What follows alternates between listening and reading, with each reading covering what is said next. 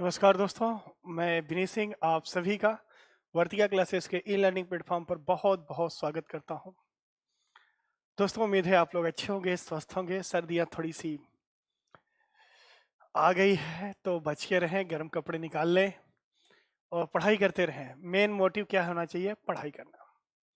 ठीक है दोस्तों। और प्लीज आप लोग बार बार एक ही चीज की इंक्वायरी ना करें कि सर बैचेस का वैलिडिटी 1 साल तक रहेगा, रजिस्ट्रेशन कब तक कर सकते हैं। देखिए, जितना जल्दी रजिस्ट्रेशन करेंगे उतने ज्यादा समय आपको मिलेंगे। क्या बैच ऐसा नहीं है? बैच का तो रजिस्ट्रेशन बैच 14 तारीख से, जिस दिन से रजिस्ट्रेशन इसका ओपन किया गया उस दिन से 1 साल तक तो वैलिडिटी रहेगा ही। उसके बाद की बात अलग है। 23 तारीख से क्लासेस स्टार्ट हो रही हैं। आप लोग को जो बैच अच्छा लगे आप लोग डेमो क्लास देख लीजिए, यूट्यूब पे पड़ा हुआ है, ऐप पर कई सारे वीडियो पड़े हुए हैं, आप सभी को देख लें। जो आपको अच्छा लगता है पेड बैच में एकदम मिनिमम अमाउंट में मैंने बैच आपके लिए डाल रखा है। बहुत आसानी से, अब बहुत आसान तरीके से, अब बहुत इंजॉय करते हुए हम लोग मैथ को सीखेंगे। कोई प्रॉब्लम नहीं आएगा।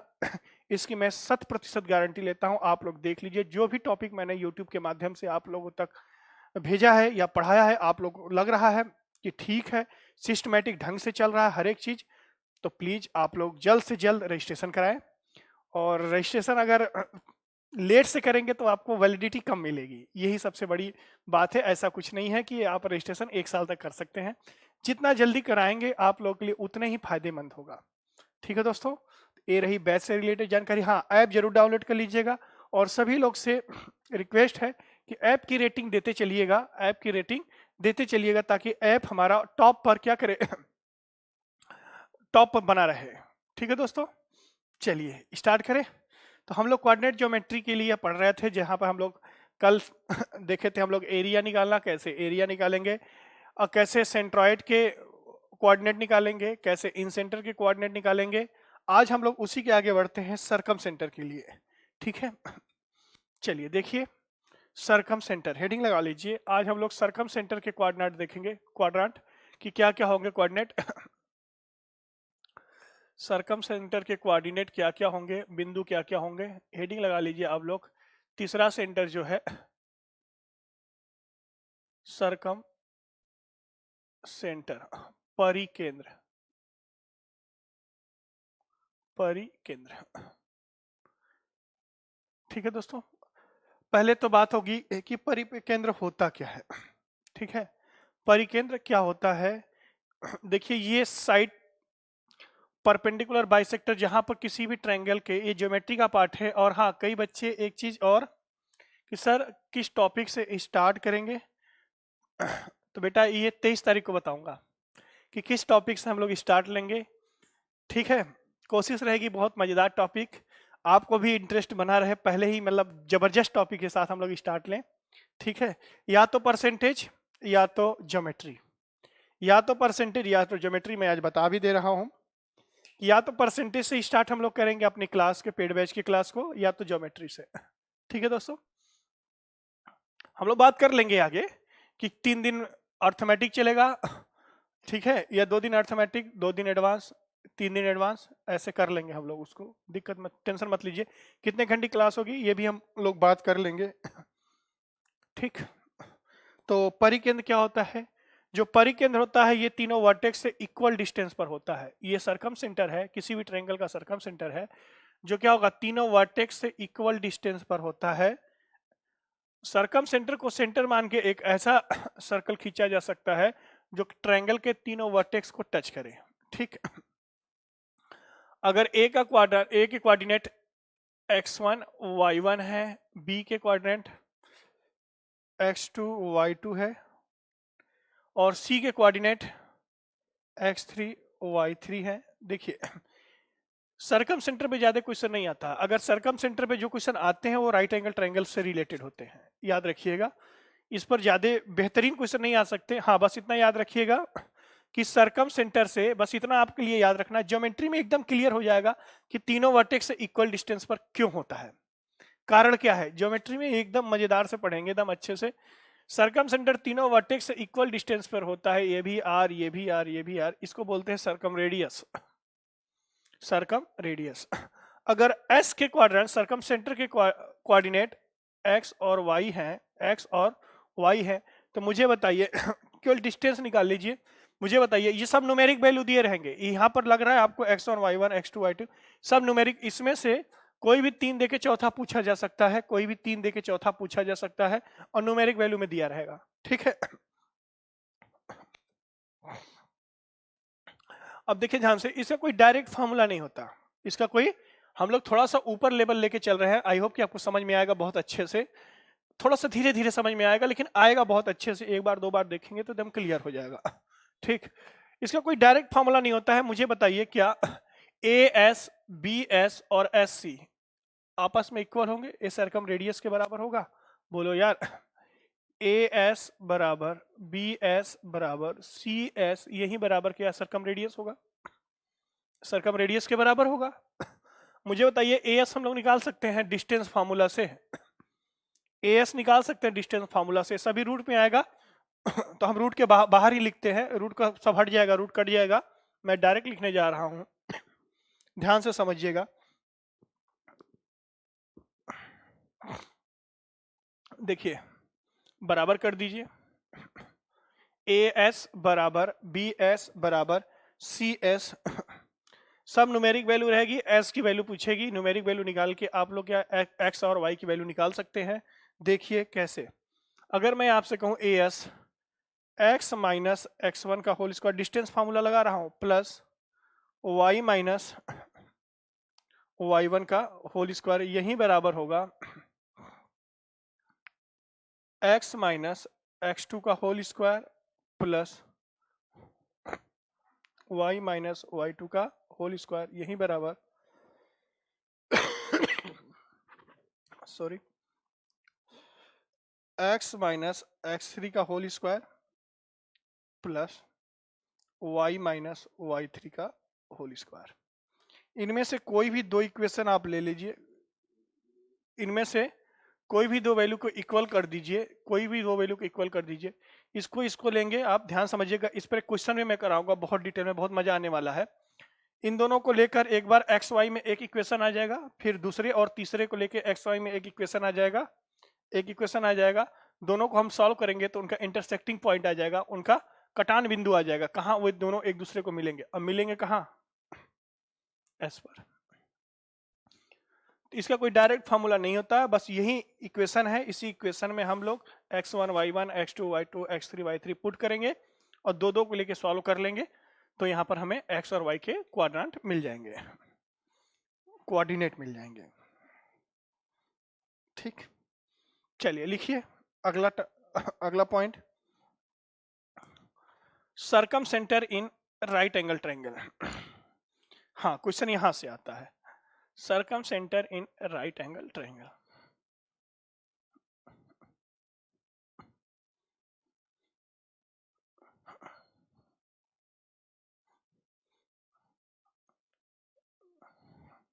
Circum centre in right angle triangle, याद रखना बहुत इंपॉर्टेंट प्रॉपर्टी है, बहुत ज्यादा एग्जाम में पूछा जाता है, किसी भी राइट एंगल ट्रायंगल में सर्कम सेंटर, पॉइंट लगा लीजिए।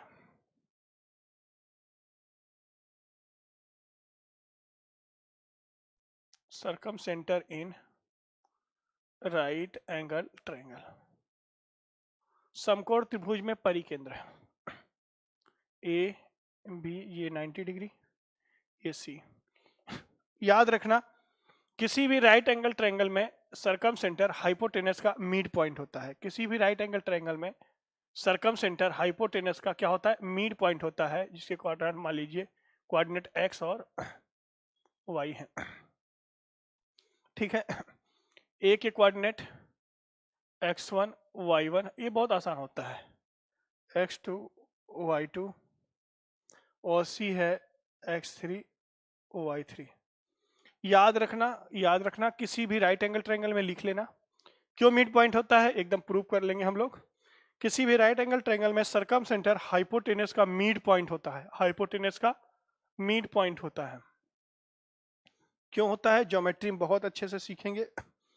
जब मिड पॉइंट होगा तो क्या आप बता सकते हैं सर्कम सेंटर के कोऑर्डिनेट क्या होंगे, एस के कोऑर्डिनेट मतलब एक्स और वाई क्या होंगे। मिड पॉइंट है तो मिड पॉइंट फार्मूला लगा लीजिए, x1 plus x3/2 y1 plus y3/2, यही होगा। किसी भी राइट एंगल ट्रायंगल में देखिएगा ज्योमेट्री में मैं क्या क्या कैसे कैसे कराता हूं। किसी भी राइट एंगल ट्रायंगल में सरकम सेंटर हाइपोटेन्यूस का मिड पॉइंट होता है। लिख लिया, नोट कर लिया, चलिए आगे बढ़ते हैं।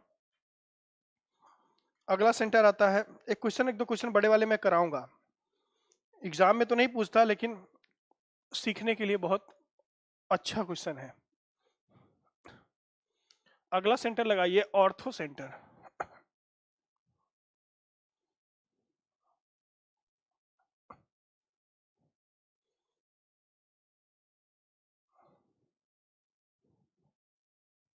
सर्दियों में थोड़ा मार्कर जल्दी रफ नहीं होता, जहां सर्दियां पकड़ती हैं।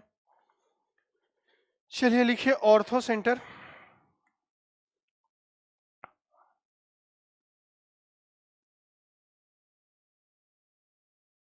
हिंदी में लंब केंद्र,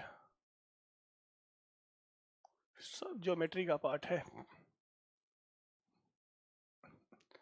लंब केंद्र क्या होता है? लंब केंद्र किसी भी ट्रायंगल में,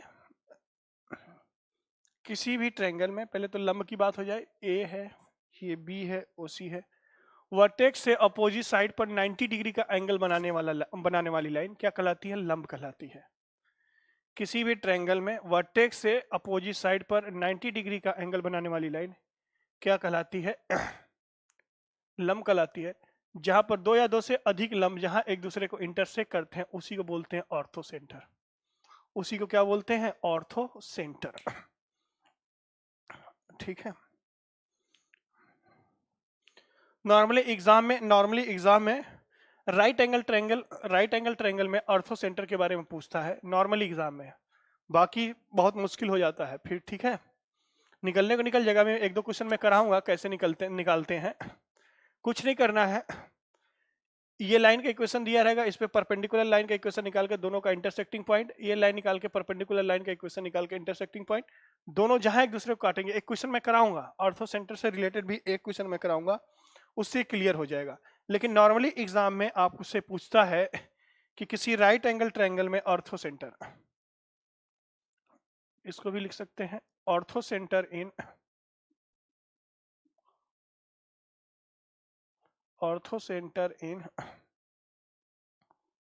right angle triangle. Right angle triangle में ऑर्थो सेंटर कहाँ होता है? किसी भी राइट एंगल ट्रायंगल में ऑर्थो सेंटर 90 डिग्री वाले वर्टेक्स पर होता है।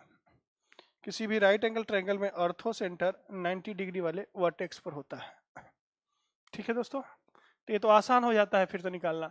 ये अगर x1 y1 है, ये अगर x2 y2 है, और ये x3 और y3 है, तो यही तो ऑर्थो सेंटर का कोऑर्डिनेट है। यही ऑर्थो सेंटर का कोऑर्डिनेट है x2 y2। क्यों 90 डिग्री पर होता है ये हम लोग ज्योमेट्री में बहुत अच्छे से पढ़ेंगे, यहाँ जानकारी के लिए बता दो। बस याद रखिएगा कि किसी भी राइट एंगल ट्रायंगल में ऑर्थो सेंटर 90 डिग्री वाले वर्टेक्स पर होता है, बस। ठीक, एक क्वेश्चन ही ले लेते हैं। देखिए क्वेश्चन को ही सॉल्व कर लिया जाए, बहुत अच्छा क्वेश्चन है। ठीक, आपके समझने के लिए ऑर्थो सेंटर से रिलेटेड एक क्वेश्चन मैं ले रहा हूं। देखिए समझ लीजिए इसको कैसे निकालेंगे। सब आप करके आ चुके हो पिछले लेक्चर्स में, रिवीजन जरूर कीजिएगा। रिवीजन नहीं करेंगे चीजें फिर उड़ने लगेंगे। जिस सिस्टमेटिक ढंग से हम पढ़ा रहे हैं ध्यान समझिएगा, 53-54 क्वेश्चन आपके थ्योरी से रिलेटेड है, उसके बाद 70 से 75 क्वेश्चन, 60 से 70 क्वेश्चन मैं आपको प्रैक्टिस सेट में करवा दूंगा। अगर इतना आपने क्लियर कर लिया तो एक भी क्वेश्चन एग्जाम में नहीं छूटेगा। सीपीयू वाले बच्चे ध्यान देंगे, सीपीयू वाले बच्चे और सीजीएल मेंस वाले, बहुत इंपॉर्टेंट टॉपिक है और बहुत आसान होता है। आप आराम से यहाँ से 4 से 6 नंबर ले आ सकते हैं। 2 क्वेश्चन आएगा तो 4 नंबर, 3 क्वेश्चन आएगा तो 6 नंबर। ठीक, छोटे छोटे। देखिए इसमें क्वेश्चन नंबर 41, आपके स्क्रीन पर क्वेश्चन नंबर 41,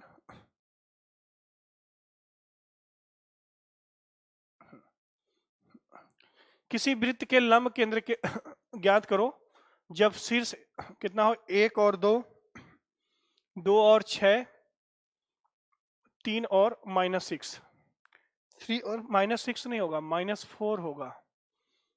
इंग्लिश में देखिए, हिंदी वाले -4 कर लीजिएगा, नहीं तो आंसर मैच नहीं करेगा।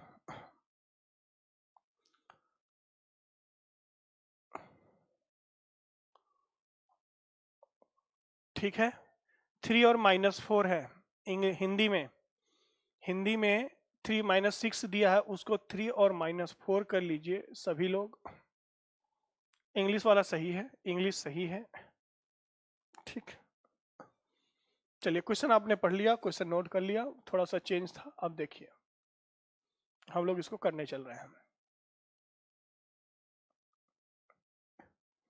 ध्यान से समझिए। एक कोई ट्रायंगल है ए, बी और सी, ये डी, ये 90 डिग्री, ये भी 90 डिग्री, ई है जहां एक दूसरे को इंटरसेक्ट करेंगे ओ। जरा वर्टेक्स बताइए कितना कितना था। ए का था 1 2, बी था 2 6 और सी था 3 -4, 3 -4। ठीक, आप मुझे बताइए कि क्या आप बीसी का स्लोप निकाल सकते हैं? इस लाइन का स्लोप निकाल सकते हैं, बीसी का स्लोप निकाल सकते हैं? स्लोप ऑफ बीसी, इस लाइन का स्लोप निकाल सकते हैं? स्लोप ऑफ बीसी बहुत आसानी से निकल जाएगा। मान लीजिए स्लोप क्या था, m1 है। दो बिंदुओं के बीच का स्लोप कैसे निकालते थे, याद होगा आपको, y2 माइनस y1 अपॉन के x2 माइनस x1 कर लीजिए। y2 क्या हो जाएगा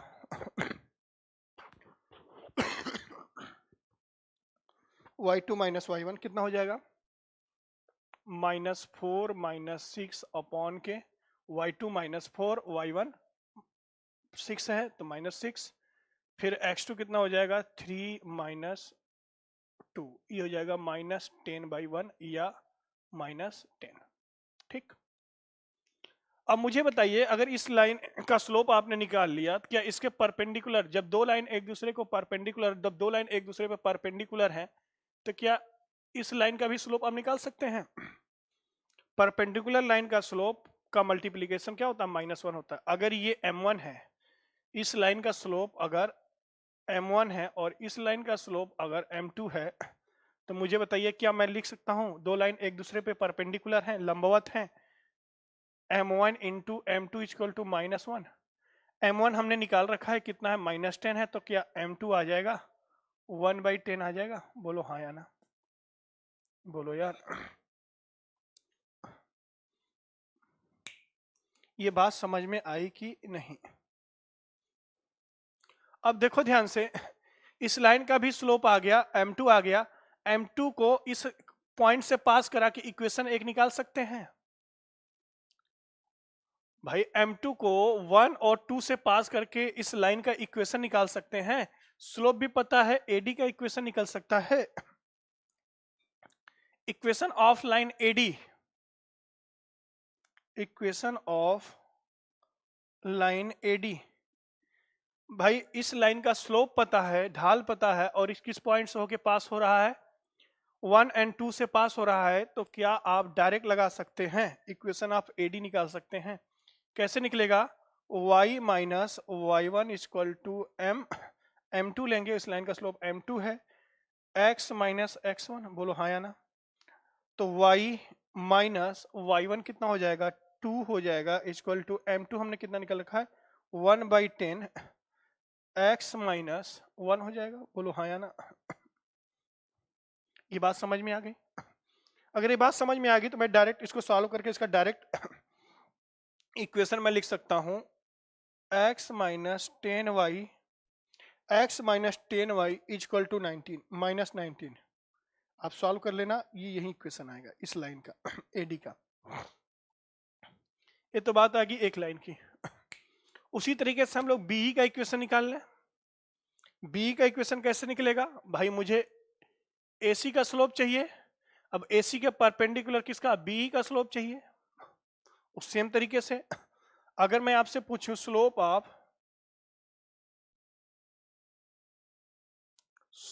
ऑफ एसी, तुरंत आप बता देंगे। अगर मैं इसको M3 मानता हूं थोड़े समय के लिए, M3, और इसको मानता हूं M4, तो M3 निकाल सकते हैं आप।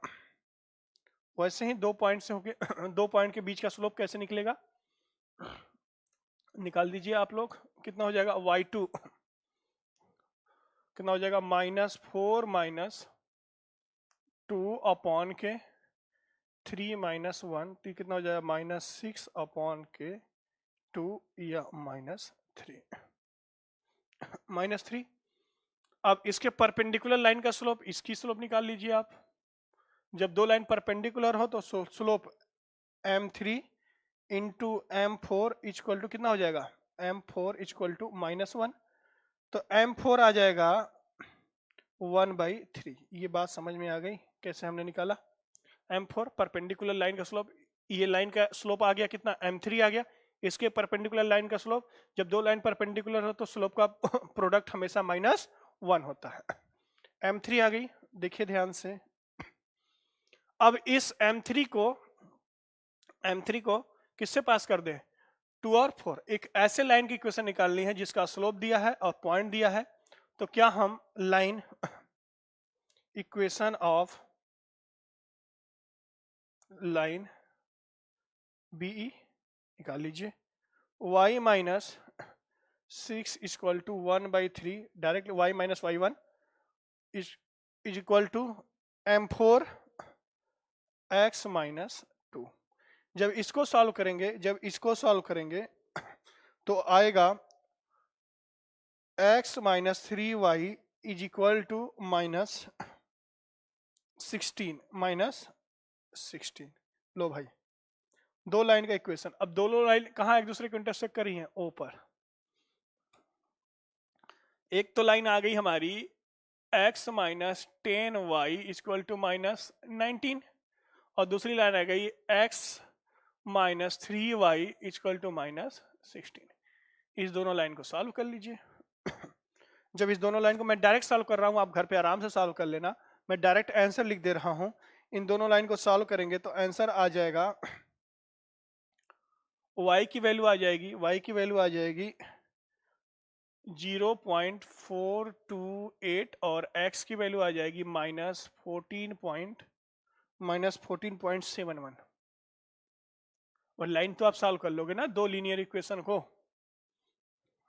ठीक है। देख लीजिए, एक बार और समझा देता हूं। मैंने क्या किया कि जैसे ही देखा मुझे 2 पॉइंट मिले, 2 पॉइंट के बीच का स्लोप, 2 पॉइंट से होकर पास होने वाली लाइन का स्लोप क्या होगा, 2 पॉइंट से पास होने वाली लाइन का स्लोप m1 निकाल दिया, y2 - y1 अपन x2 - x1। जैसे ही m1 आ गया, m1 के परपेंडिकुलर लाइन का स्लोप मैंने निकाल लिया, m1 into m2 equal to -1 से। अब ध्यान दीजिए, जैसे ही m2 पता चल गया तो एडी लाइन का इक्वेशन निकल जाएगा। स्लोप दिया हुआ है, एक पॉइंट दिया हुआ है 2, एक पॉइंट से पास हो और जिसका स्लोप दिया हो। कल ही मैंने बताया था या परसों वाले लेक्चर में बताया था कि ऐसे निकलता है y - y1 equal to m x - x1। उसी तरीके से आप इसको निकालनी है, दो लाइन का इक्वेशन आ जाएगा, दोनों लाइन को आप सॉल्व कर लें। ये क्वेश्चन एग्जाम में बहुत रेयर केस में आता है। हाँ, सीपीओ वगैरह के एग्जाम में, जो एकेडमिक एग्जाम होते हैं उसमें ये क्वेश्चन खूब आते हैं, नोट कर लीजिए।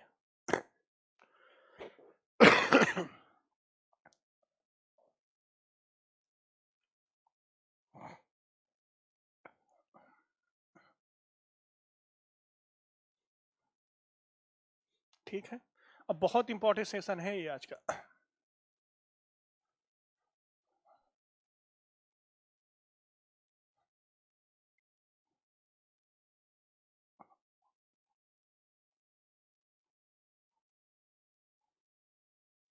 हिंदी वाले बच्चे थोड़ा थोड़ा इंग्लिश में जानकारी रखें। एक बच्चे का मुझे फोन आया था कि सर एकदम इंग्लिश में ही, बेटा अब स्लोप का मतलब प्रवणता मैं क्या बोलूं, इतना तो आपको जानकारी होनी चाहिए अगर आप सीजीएल की तैयारी कर रहे हैं या सीपीयू की तैयारी कर रहे हैं। भाई इंग्लिश तो है ना उसमें।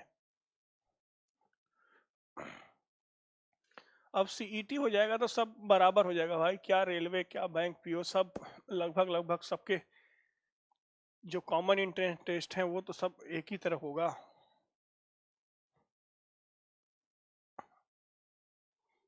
चलिए आगे बढ़ते हैं। Question number 37।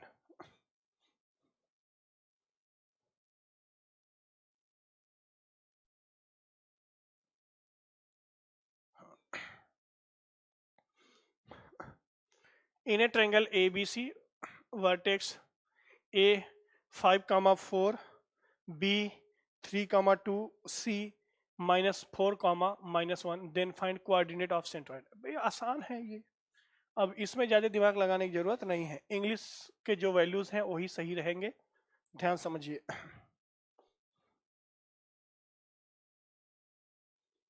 ये कोई ट्रायंगल है ए बी सी, केवल गुणा भाग करना है।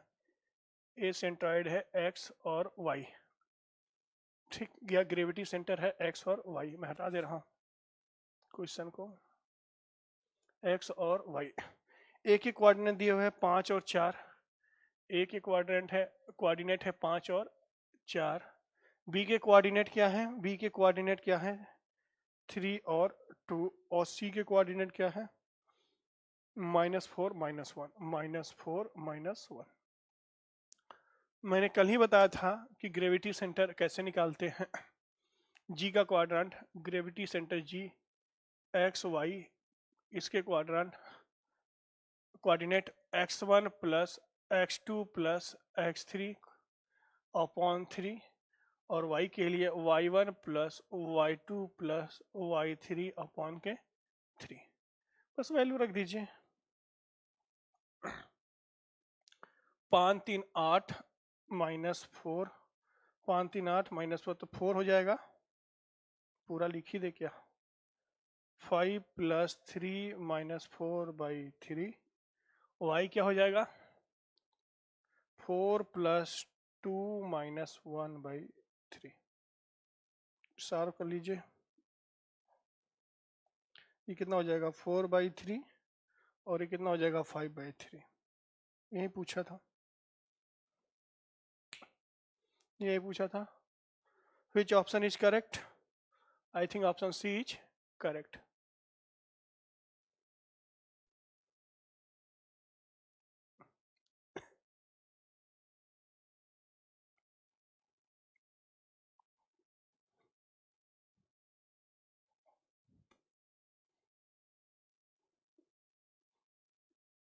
भाई आपसे शिकायत है एक, आप लोगों से, आप लोग वीडियो तो देख लेते हो यार फ्री में, प्लीज लाइक कर दिया करो यार।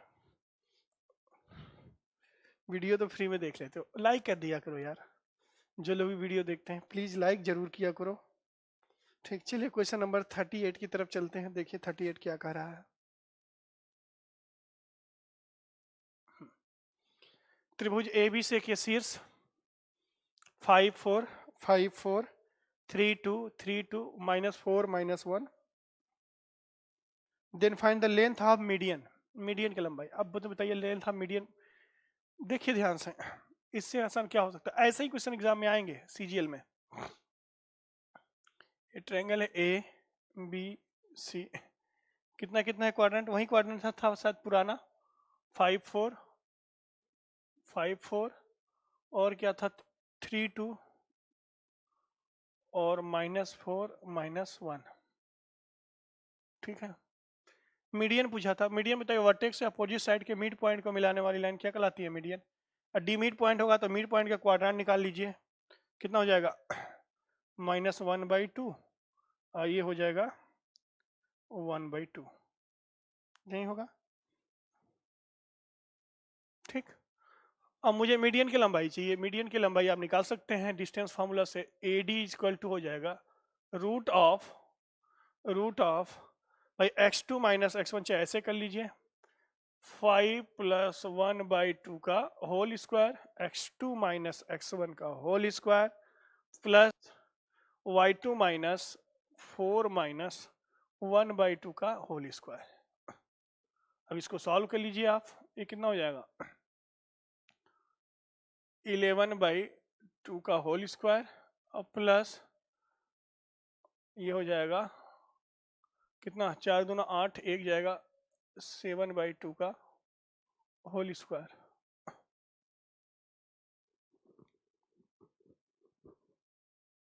जब इसको सिंप्लीफाई करेंगे तो एडी की वैल्यू आ जाएगी रूट ऑफ पहले तो माइनस वाले दो आंसर वैसे ही खत्म हो गए, रूट ऑफ 170/170 यूनिट।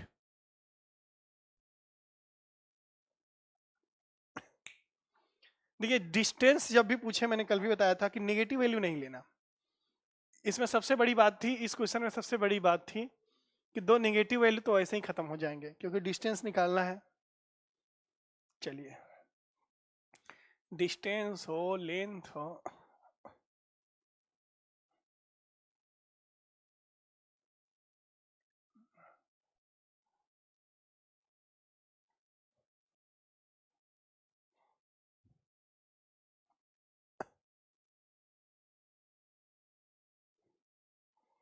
चलिए आगे पढ़िए। क्वेश्चन नंबर 39 आपके लिए होमवर्क रहेगा। 39 मैं आंसर बता देता हूँ 39।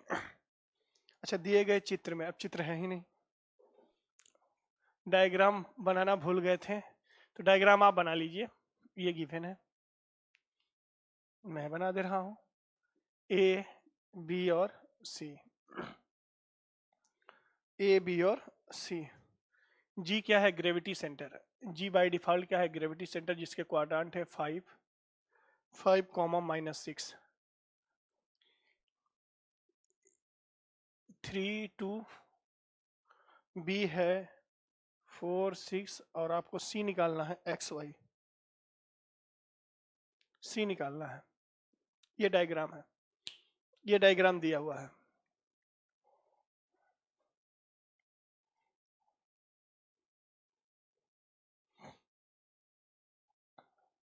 ठीक है, इसका आंसर मैं बता दे रहा हूं आपको, ऑप्शन डी। जिसका आंसर आएगा ऑप्शन डी आएगा। आप लोग खुद से कीजिए, नहीं होगा तो आप किसी भी माध्यम से हमसे पूछ सकते हैं, वैसे हो जाना चाहिए, बहुत आसान है।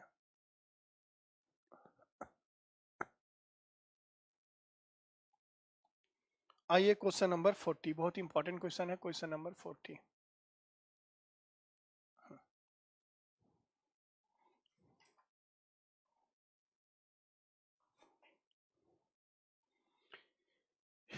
In the triangle ABC given vertex A, लो भाई ये क्या कर दिए -2, 3, इंग्लिश में ही गायब कर दिया इस बार, मिस्टेक है थोड़ा थोड़ा, आप लोग से कोऑपरेट कीजिए थोड़ा। ए है, ए का क्वाड्रेंट मैं लिख दे रहा हूं, ए का क्वाड्रेंट कितना है -2 3, बी का कोऑर्डिनेट कितना है, बी का कोऑर्डिनेट है 1 1 0 1 0, सी का कोऑर्डिनेट है 7 6, नोट कर लीजिए। हाँ इंग्लिश में -2 और 3 लिखना भूल गए हैं। ठीक है, चलिए क्वेश्चन को सॉल्व करते हैं। क्या निकालना है, हमें निकालना है परिवृत्त की त्रिज्या, रेडियस ऑफ सर्कम सर्कल, या सर्कल का रेडियस क्या होगा, हटाते हैं इसको। चलिए बोर्ड पर देखिए, पहले जो दिया है उसको लिख लेते हैं। अब ये क्वेश्चन एग्जाम में देखिए, सीजीएल के एग्जाम में बहुत टॉप का क्वेश्चन बनेगा, तभी ये क्वेश्चन आ सकता है।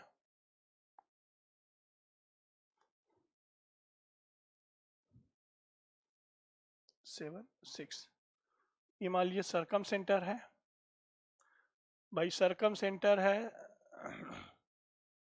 ए भी आर, ये भी आर, ए भी आर। वर्टेक्स से सरकम सेंटर की दूरी क्या होती है, इक्वल होती है। तीनों वर्टेक्स से सरकम सेंटर की डिस्टेंस क्या होती है, इक्वल होती है, वही सरकम रेडियस कहलाती है। अब बस आप डिस्टेंस फार्मूला लगा दीजिए। अब डिस्टेंस फार्मूला रूट के अंदर होगा तो रूट तो हट जाएगा, सबका रूट सब बराबर होंगे, तो रूट में हटा के लिख रहा हूं। देखिए मैं क्या लिख रहा हूं, देखिए ध्यान से, एस के कोऑर्डिनेट मान लीजिए एक्स और वाई है, तभी तो मजा आएगा। ठीक, x2 माइनस x1, ठीक, तो x प्लस 2 का होल स्क्वायर, x2 अगर मैं x2 x को मानता हूं तो माइनस माइनस ये हो जाएगा, प्लस y2 y माइनस 3 का होल स्क्वायर, ये बराबर होगा x माइनस 1 का whole square plus y square, क्योंकि y माइनस 0 हो जाएगा, यही बराबर होगा x माइनस 7 का whole square plus y minus 6 का होल स्क्वायर। एक बार इन दोनों को सॉल्व कर लीजिए, तो फर्स्ट एंड सेकेंड से, ठीक, तो डायरेक्ट मैं लिखूं खोल के, एक्स स्क्वायर प्लस 4, भाई ए प्लस बी का होल स्क्वायर तोड़ने आ रहा है, plus 4x plus y square plus 9 minus 6y, यही बराबर है x square plus 1 minus 2x plus y square से y square cancel, x square से x square cancel, x square से एक्स स्क्वायर कैंसिल, तो ये सिंप्लीफाई होके क्या आएगा 6x minus 6y, 6x minus 6y plus 12 बराबर 0, या x minus y plus 2 equal to 0। एक तो इक्वेशन ये आ गया, ठीक है।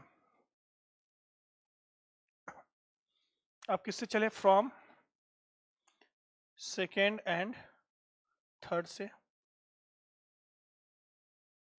जब सेकेंड एंड थर्ड को आप निकालो, सेकेंड एंड थर्ड से एक्स वाई के एक इक्वेशन निकालोगे एक्स वाई के फॉर्म में, तो मैं डायरेक्ट इक्वेशन लिख दूं या निकालूं, निकाल ही देता हूं।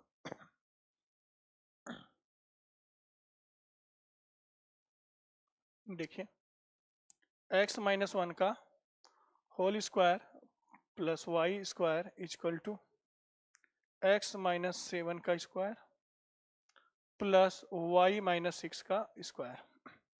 जब इसको सिंप्लीफाई करेंगे तो कितना आ जाएगा, उसको सिंप्लीफाई कर दीजिए।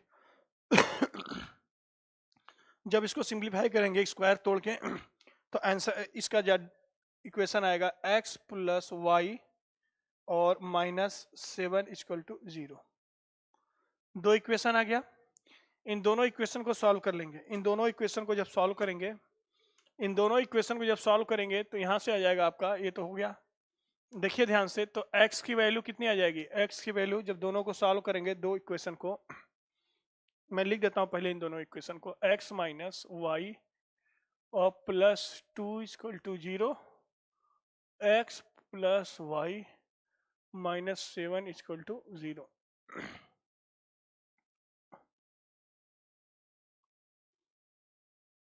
ठीक, तो यहां से एक्स वाई की वैल्यू आ जाएगी, एक्स की वैल्यू और वाई की वैल्यू आ जाएगी, क्या क्या आएगी आप लोग निकालो, फटाफट निकालो।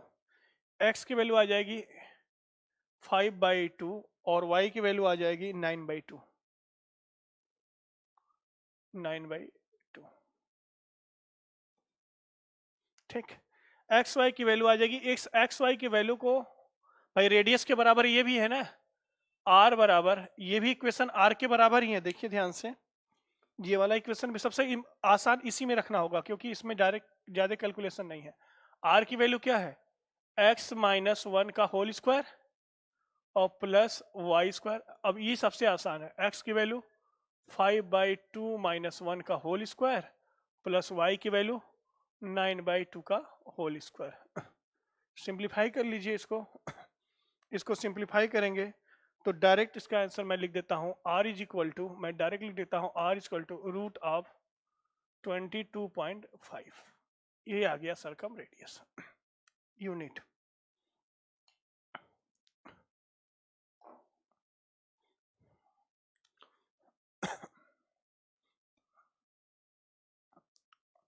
ठीक है, तो ये ट्रायंगल से रिलेटेड बातें थी। अब आप यहां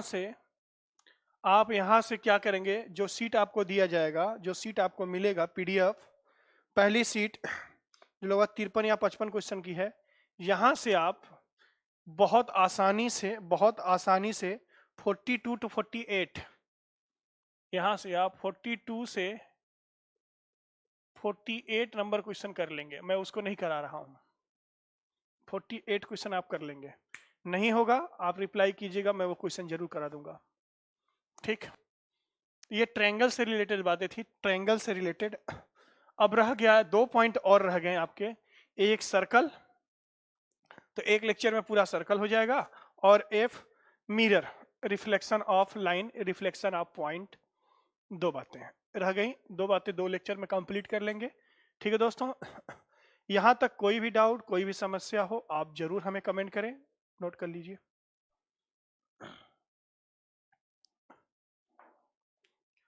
जो सीट आपको मिलेगी जैसे ही मैं थ्योरी कंप्लीट करूंगा, ये सीट का पीडीएफ मैं आपको डलवा दूंगा, और आपको टेलीग्राम के माध्यम से, व्हाट्सएप के माध्यम से ये आपको सीट मिल जाएगी। ऐप पर भी अपलोड रहेगा ये सीट, आप देख सकते हैं वहां से भी।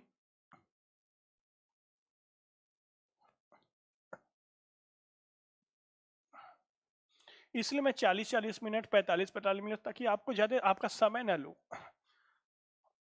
जब आप लाइव पढ़ेंगे तब वहां पर आपके समय ज्यादा लूंगा मैं, और मजा आएगा पढ़ने में। इसलिए जल्दी से जल्दी आप लोग, जो लोग भी रजिस्ट्रेशन कराना चाहते हैं, अपना सीट बुक करें तुरंत, फटाफट।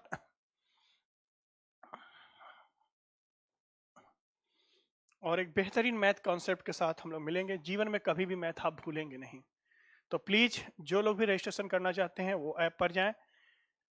फुटर में आपको मिल जाएगा स्टोर का बटन क्लिक कीजिए, स्टोर के पॉइंट पे क्लिक कीजिए, वहां से आपको 2 बैचेस मिलेंगे। 2 बैच को आप जिसको परचेज करना चाहे उसको परचेज कर सकते हैं। ठीक है दोस्तों, तो ये ट्रायंगल से रिलेटेड बातें खत्म हो गई। हमने एरिया पढ़ा, सेंटर के बारे में पढ़ा। अब नेक्स्ट टॉपिक होगा सर्कल। सर्कल को डिटेल में पढ़ेंगे, बहुत आराम से, और बहुत इंपॉर्टेंट टॉपिक है सर्कल। उसके बाद रिफ्लेक्शन ऑफ पॉइंट या मिरर। ठीक, तो प्लीज आप लोग चैनल को अधिक से अधिक शेयर कीजिए, अधिक से अधिक दोस्तों तक ये बात पहुंचाइए जिनको पता नहीं है कि यहाँ पर भी एक बेहतरीन मैथ के कॉन्सेप्ट के साथ आपके पास एक बेहतरीन मेहनती इंसान आपको पढ़ाने वाला है, पढ़ा रहा है। तो प्लीज चैनल को सब्सक्राइब कीजिए, और प्लीज हर एक वीडियो को आप लाइक, अधिक से अधिक लाइक दीजिए। आपके लिए मैं हूं, आपके लिए मेहनत करता हूं, अधिक लाइक ही मेरी ताकत है, मेरी एनर्जी है। तो ठीक है दोस्तों, स्वस्थ रहिए, अच्छे रहिए, पढ़ाई करते रहिए। मिलते हैं कल नए एनर्जी, नए उत्साह के साथ। कल मतलब मंडे को, कल, आज फ्राइडे है, सैटरडे संडे 2 दिन का रेस्ट होता है थोड़ा सा अपने कंटेंट को भी अपडेट करने के लिए। तो मिलते हैं हम लोग मंडे को नए एनर्जी, नए उत्साह के साथ। Thank you so much. और हाँ, मंडे से मेरी पहली क्लास बैच में लाइव होगी, तो प्लीज जल्दी से जल्दी रजिस्ट्रेशन करा लीजिए लाइव देखने के लिए। Thank you so much.